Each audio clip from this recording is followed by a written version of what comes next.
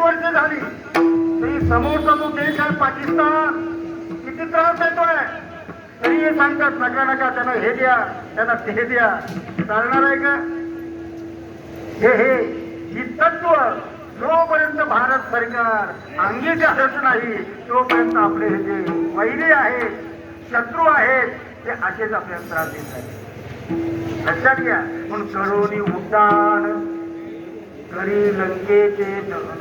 लंका चालली आणि लंका चालल्यानंतर हनुमंतांनी केलेल्या कार्याला तुकोबरे अनुमोदन देत आहे.